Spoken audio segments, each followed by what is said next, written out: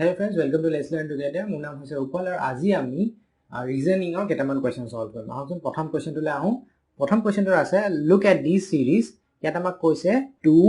তাৰ পিছতে আছে 1, তাৰ পিছতে আছে হাফ আৰু তাৰ পাছতে আছে 1/4। ঠিক আছে, ইয়াৰ পাছত কি আহিব আমাক সুধিছে। ঠিক আছে, সো ইয়াৰ নম্বৰকেইটা চাওকচোন। ইয়াত আহিলে আপোনাৰ 2, তাৰ পিছত আহিলে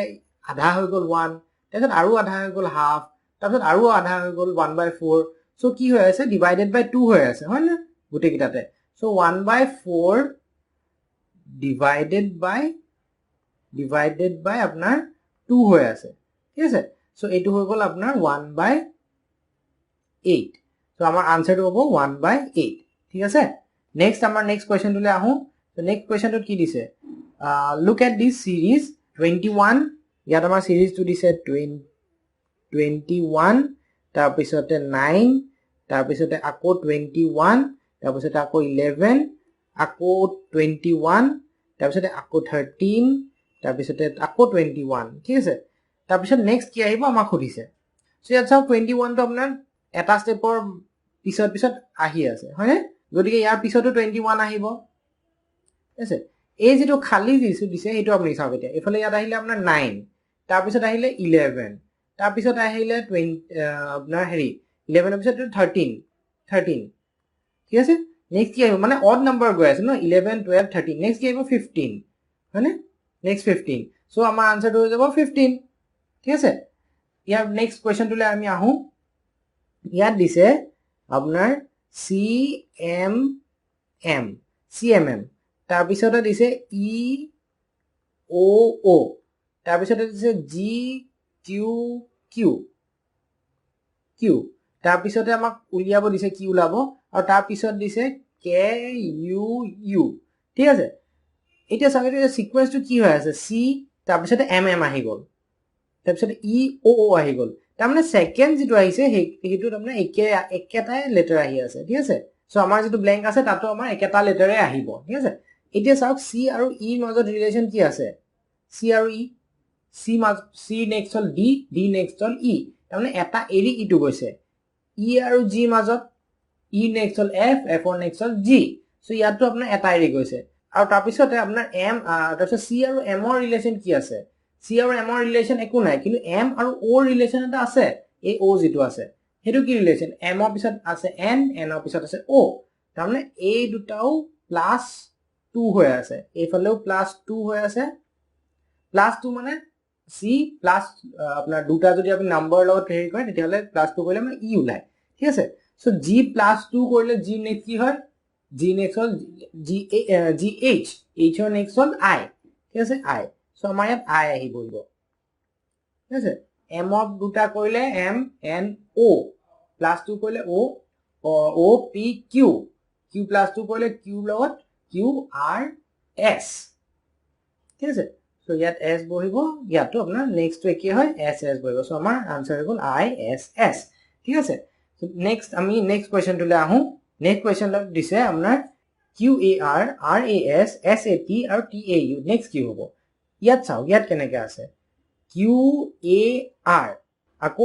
RAS আকৌ SAT, মানে A টো আপোনাৰ মাজত, এইটো গুটেকিটাতে আছে। ঠিক আছে, সো আমাৰ ইয়াতটো মাজত আপোনাৰ A এটা থাকিব। ঠিক আছে, তাৰ পিছত চাওক QAR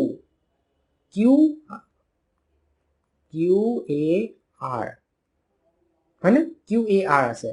তাৰমানে আপোনাৰ Q নেক্সট টো হৈ গ'ল R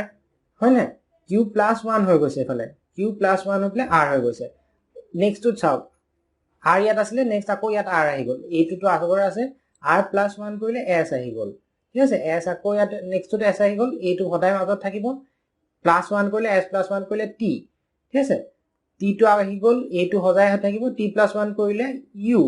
ঠিক আছে, U আহি গ'ল, মাজত A সদায় থাকিব, U +1 কৰিলে V, U +1 কৰিলে আমি V পাওঁ। ঠিক আছে, সো TAV হৈ গ'ল আমাৰ কাৰেক্ট আনসাৰটো। ঠিক আছে, TAV। ঠিক আছে, নেক্সট আমি নেক্সট কোৱেশ্চনটোলৈ আহোঁ। In a certain code easy is written as 517। ঠিক আছে, easy টো আমাৰ 517 বুলি লিখা গৈছে। In the same code how will beam be written, so beam টো কেনেকৈ লিখা যাব, এটা ইজি টু 517 কেনেকৈ আহিলে সেইটো আমি প্ৰথম চাব লাগিল হয় না এনে আমি লিখি যাও ই এ S y e a s y e to k number letter হয় a b c d e 5 a to হৈ গল 1 s to হয় 19th letter ঠিক আছে 19th letter আৰু y to হয় আপোনাৰ 25th letter ঠিক আছে এতিয়া 5 1 to মিলি আছে কিন্তু আপোনাৰ s to 19th আছে কিন্তু আমাৰ 1 আহিছে সো ইয়াৰ আৰু এটা প্ৰসেস থাকিব লাগিব তো এটো যদি 19 to যদি আপুনি আকৌ নাম্বাৰস গিটা এড কৰে 1 plus 9 1 plus 9 কৰিলে হৈ গল আপোনাৰ 10 আকৌ 10 to যদি আপুনি ডিজিট গিটা এড কৰে 1 plus 0 কৰিলে 1 ঠিক আছে সিমিলাৰলি y to যদি আপুনি কৰে 25 2 plus 5 that is 7 ঠিক আছে সো ইয়াত আমাৰ মিলি আছে এতিয়া 5 1 1 7 ঠিক আছে মিলি আছে এতিয়া আমাক কৈছে beam b e a m b আমি জানো হয় কিমান 2 e জানো 5 a জানো আমাৰ a to হৰাই 1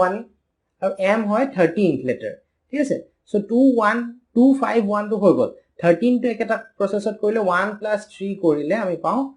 4 ঠিক আছে সো আমাৰ আনসাৰ বিমৰ আমাৰ কোড to হ'ব লাগে 2514 2514 আছে না 2514 অপশন ডি হয় 2514 to হ'ব আমাৰ কারেক্ট আনসার to ঠিক আছে নেক্সট কোয়েশ্চন লে আহো special is written as 65 in a certain code language what will connect be written so special to আমাৰ 65 so friends ইয়াত ইনকাবোৰ কোয়েশ্চন আৰু যত এটা ডাঙৰ লেটাৰ আছে আৰু আমাৰ ফাইনাল যদি ডিজিট হল এটো অকল 2 ডিজিট নাম্বাৰ এটা সো ইয়াত তুমি হ'বই লাগিব যেটো প্লাস কৰি থোৱা গৈছে বা মাল্টিপ্লাই কৰিছে বা ডিভাইড কৰিছে মুঠতে আমাৰ কিবা এটা অপাৰেশন হৈ আছে সো প্ৰথমতে আমি স্পেশাল টু যেটো আছে তাৰ নাম্বাৰস কিটা চাই লও s p e c i a l s p e c i a l special so it is special of s to হয় 19 তাৰ পিছতে p2 হয় 16 5 e2 হয় 5 c2 হয় 3 i2 হয় 9 a2 হয় 1 আৰু l2 হয় 12 ঠিক আছে এই গুটেখিনি এড কৰিলে আমি পাই 65 যেটো আমাৰ কোডটো দিয়া আছে ঠিক আছে তাৰ মানে কি যে গুটেখিনি আপোনাৰ সাম কৰি দিছে প্লাস কৰি দিছে সিমিলাৰলি আপোনাৰ কানেক্ট কি হ'ব c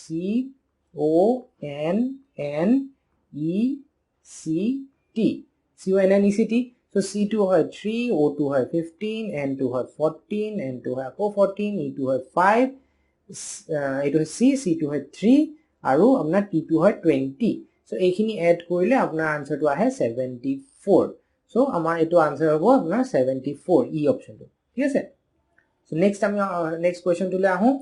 odometer is to mileage as compass is to so odometer to আমি mileage জুখিবলে ইউজ কৰো কম্পাস তো আমি ডাইৰেকশন জুখিবলে মেজাৰ কৰো সো আমাৰ আনসার হ'ল ডাইরেকশন ঠিক আছে সিম্পল হয় নেক্সট কোয়েশ্চন টু আহো নেক্সট কোয়েশ্চনত কি দিছে marathon is to race as hibernation is to hibernation মানে কি ফ্রেন্ড হাইবারনেশন মানে একদম বহুত মাহ জৰি হুই থকাটো ঠিক আছে দিস স্লিপ কিছুমান এনিমেলস থাকে যি এনেকে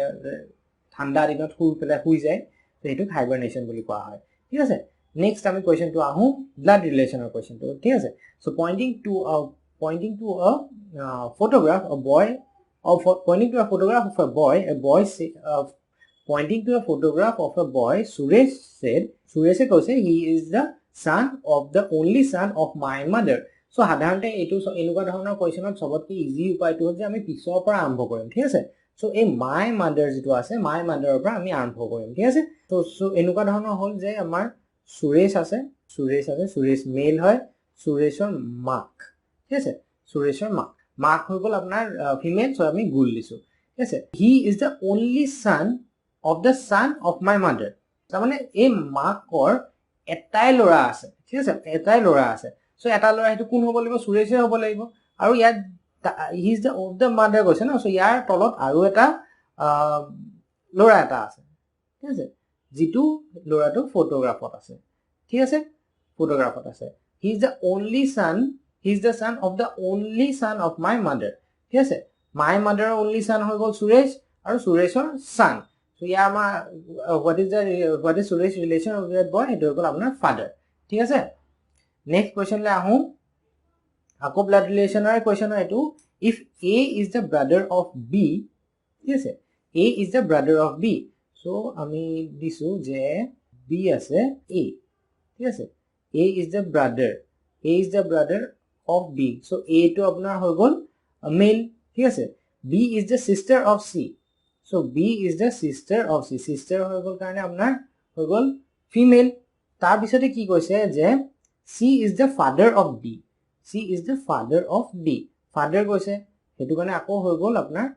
মেল ঠিক আছে এতিয়া কৈছে how is D related to A D আৰু A ৰিলেচন কি হয় D হল যে আপোনাৰ দেউতাকৰ ভাইক ঠিক আছে সো এটো আমাৰ cannot be determined হ'ব কিহৰ কাৰণে cannot be determined হ'ব কাৰণ D টো আমি মেল নে ফিমেল নাজানো ঠিক আছে যদি D male hall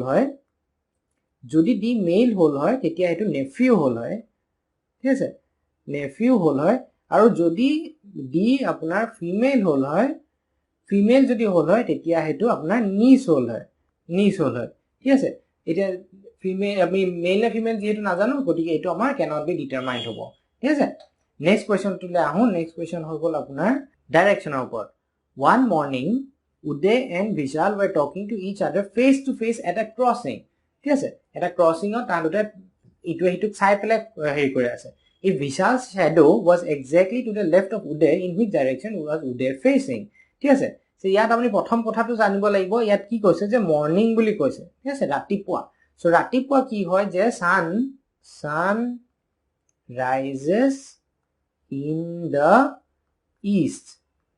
sun rises in the east ঠিক আছে সানটো যেতিয়া ইষ্টৰ ফালে ৰাইজ হয় তাৰ হেৰিটো আপোনাৰ ওয়েস্ট ফালে শ্যাডোটো ওয়েস্ট ফালে পৰিব ঠিক আছে সো আমি ধৰি লৈছো এনেকুৱা নৰ্থ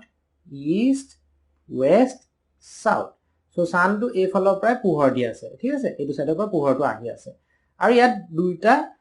কোন ভিশাল আৰু উদয় ইয়াত এইখিনতে ক্ৰসিংত ৰখি আছে ঠিক আছে আৰু তাৰ পিছত কি কৰিছে যে Vishal's shadow was exactly to the left of Uday ঠিক আছে Uday left side Vishalor to আছিলে সো দুইটাৰে শ্যাডো এটো সাইডে থাকিব হয় না এটো সাইডে ওয়েস্ট ফালে পৰি থাকিব শ্যাডোটো এটা কি হ'ব যে ইয়াৰ লেফট ইয়াত যদি আমি উদেক দিও ঠিক আছে উদেক যদি দিও উদয় লেফটত কৈছে হয় না সো উদয় ইয়াত থব লাগিব ভিশাল ইয়াত থবই লাগিব কাৰণ ভিশালৰ দিতে কি ভিশালৰ ৰাইট সাইডে শ্যাডোটো পৰি আছে উদয়ৰ লেফট সাইডে পৰি আছে সো এটো হ'ব লাগিব হয় না ইয়াত কি কৈছে যে ইন হুইচ ডাইৰেকশন উদয় is facing to the north এটো বৰ হল কিন্তু আমি মেইন যেটো কথা জানিব লাগিব হেতু হল যে আমাৰ সান ৰাইজেস ইন দা ইষ্ট গতিকে শ্যাডোটো ওয়েস্টৰ ফালে পৰিব উদয় আৰু ভিশাল ইটো হিটুক চাই আছে আৰু উদয়ৰ লেফটত শ্যাডোটো আছে সো উদয় এখিনিত বহিব লাগিব তেতিয়াহে তাৰ লেফট পৰিব ভিশাল এখিন যদি আছে ভিশালৰ ৰাইট সাইডে পৰিব ঠিক আছে নেক্সট কোৱেশ্চনটো হল y is in the east of x ঠিক আছে y is in the east of x so কোন ডাইৰেকশন এটা এবাৰ লিখি লৈছো ভাল হ'বলে নৰ্থ ইষ্ট ওয়েস্ট সাউথ ঠিক আছে এটা কি কৈছে যে y is in the east of x ঠিক আছে so y in the east ঠিক আছে so y to ইয়াত আহিব x to ইয়াত আহিব ঠিক আছে y is in the east of x ঠিক আছে which is মানে x which is in the north of z so z to ইয়াত আহিব তেতিয়াহে north of x থাকিব and if p is in the south of z so p ইয়াত আছে south of z z ৰ তল ফালে আছে ঠিক আছে then in which direction of y is p so p in which direction of y ইয়াৰ কোনটো ডাইৰেকশনত p আছে ইয়াৰ কোনটো ডাইৰেকশন হ'ব ইয়াৰ এইটো ডাইৰেকশন ইয়াৰ সাইডটো হ'ল আপোনাৰ সাউথ